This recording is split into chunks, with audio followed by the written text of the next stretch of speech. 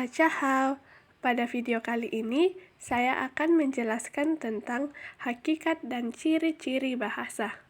Nah, mungkin kita pernah berpikir, sejak kapan sih manusia menggunakan bahasa sebagai alat komunikasi? Dari mana bahasa itu berasal? Dan apa sih yang sebenarnya dimaksud dengan bahasa?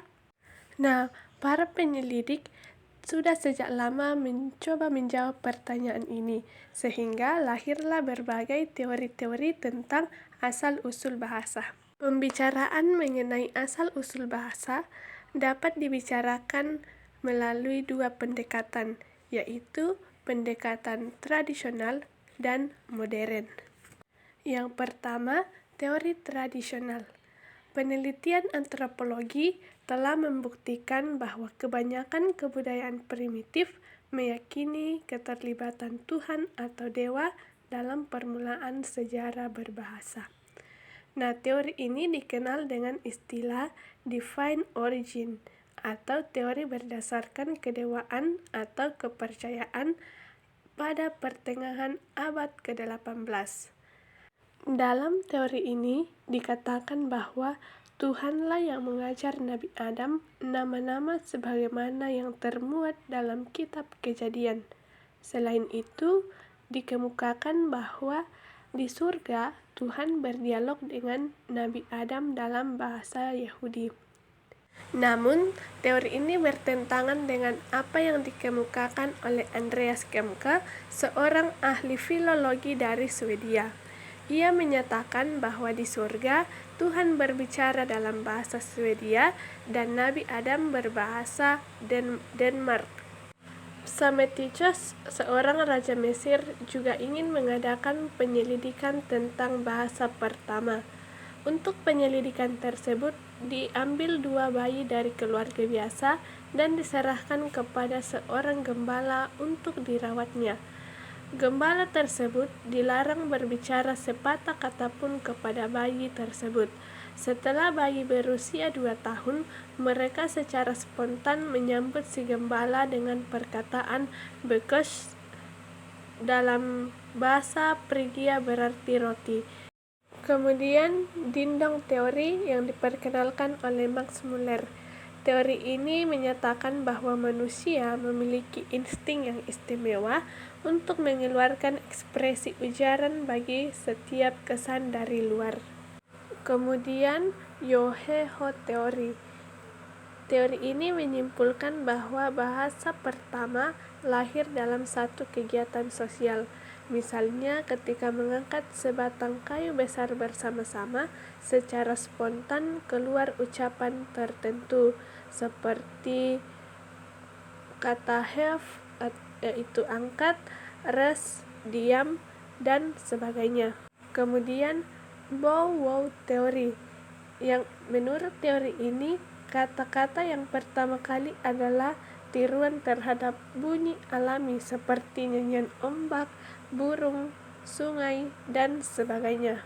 Lalu, gestur teori, yang menyatakan bahwa isyarat mendahului ujaran. Menurut teori ini, bahasa lahir dari isyarat-isyarat yang bermakna. Namun, menurut Darwin, pada situasi tertentu, isyarat tersebut tidak dapat dipakai sebagai alat komunikasi, misalnya pada situasi yang gelap. Yang kedua yaitu pendekatan modern. Nah, pendekatan ini tidak lagi menghubungkannya dengan Tuhan atau dewa sebagai pencipta bahasa, namun lebih memfokuskan pada anugerah Tuhan kepada manusia sehingga dapat berbahasa. Para ahli antropologi menyoroti asal-usul bahasa dengan cara menghubungkannya dengan perkembangan manusia itu sendiri. Nah, kemampuan berbahasa pada manusia berkembang sejalan dengan proses evolusi manusia, di mana perkembangan otak manusia mengubah dia dari agak manusia menjadi manusia sesungguhnya. Bahasa sendiri diartikan sebagai alat komunikasi yang bersifat arbitrer, konvensional, dan merupakan lambang bunyi. Adapun ciri-ciri bahasa, yang pertama, bahasa adalah sebuah sistem. Sebagai sebuah sistem, bahasa itu bersifat sistematis dan sistemis. Sistematis artinya bahasa tersusun menurut suatu pola yang teratur dan tidak tersusun acak secara sembarangan. Kemudian sistematis artinya bahasa itu terdiri dari subsistem lain atau sistem bawahan seperti fonologi, morfologi, sintaksis, dan semantik. 2. Bahasa sebagai lambang. Kata dalam bahasa terdiri dari lambang-lambang bunyi yang mengacu pada suatu konsep yang disebut makna. Melalui lambang-lambang tersebutlah manusia berkomunikasi. Yang ketiga, bahasa adalah bunyi, yaitu bunyi-bunyi yang dihasilkan oleh alat ucap manusia. Namun, bunyi seperti dengkur, bersin, dan batuk bukanlah bunyi bahasa karena tidak termasuk dalam sistem bahasa. Jadi, bunyi bahasa adalah satuan bunyi yang dihasilkan oleh alat ucap manusia yang di dalam fonetik diamati sebagai fon dan di dalam fonemik sebagai fonem. 4. Bahasa itu bersifat arbitrer. Arbitrer berasal dari kata arbitrary yang berarti dipilih secara acak tanpa alasan atau mana suka. Ini berarti seenaknya, asal bunyi, tidak ada hubungan logis antara kata-kata sebagai simbol dengan yang disimbolkannya. 5. Bahasa itu bermakna. Morfem, kata, frase, klausa, kalimat, dan wacana merupakan satuan-satuan bahasa yang bermakna, sehingga dapat dikatakan bahwa segala ucapan yang tidak bermakna bukanlah bahasa. 6. Bahasa itu konvensional atau kebiasaan. Suatu lambang tertentu digunakan untuk mewakili konsep yang diwakilinya. Kalau tidak dipatuhi, maka akan terjadi hambatan komunikasi. Contohnya, para pengguna bahasa Indonesia memahami konsep adil, jujur, tolong-menolong, dan sebagainya.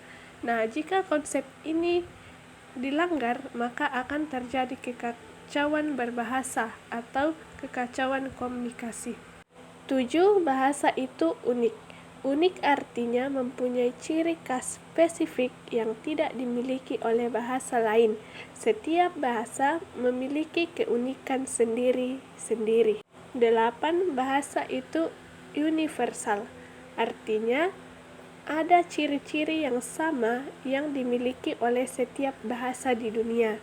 Contohnya, setiap bahasa memiliki kata-kata berkategori nomina, verba, adjektiva, adverbi, dan adverbia. Nah, dan setiap bahasa juga memiliki unsur konsonan dan vokal. 9. Bahasa itu produktif. Produktif berarti banyak hasilnya. Contohnya, dalam bahasa Indonesia terdapat 22 konsonan dan 6 fonem, dan dapat terlahir kata dan kalimat yang tak terbatas jumlahnya. 10. Bahasa itu bervariasi. Menurut Charles, ada 3 istilah, yaitu pertama, ideolek adalah variasi bahasa yang bersifat perorangan.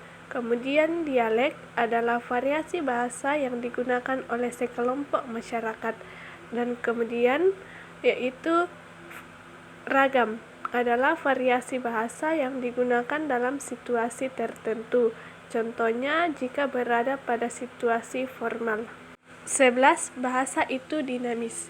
Nah, sesuai dengan kehidupan manusia yang selalu berubah atau dinamis, maka bahasa sebagai satu unsur yang terkait erat dengan manusia otomatis juga bersifat dinamis. Perubahan ini dapat berupa pertambahan unsur maupun perubahan bentuk atau makna. Yang terakhir, bahasa itu manusiawi.